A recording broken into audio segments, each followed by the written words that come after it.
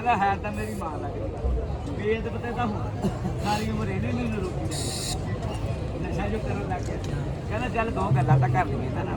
हुण की कहना अपनी मां नूं कहना अग्गों मेरी बोलिया ये गल कहे सुना पिछे हट जा माता मेरी तेनों लोग कहण खुद मक्खनियां दसदी तुहाडे ते घर विच है नहीं सवा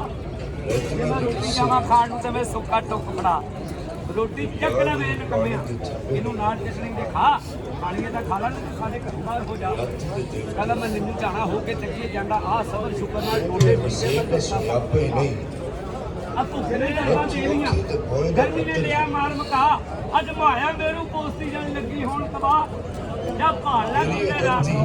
जिदा बहुता करदी चाह नाल मखना ने पाल के दिता मिट्टी दा बुरज बना कुड़ीए एवी शाला लियो ये मक्खन दुध जेड़ी वाले बंदे नु अज गोलियां खाण दी वारी है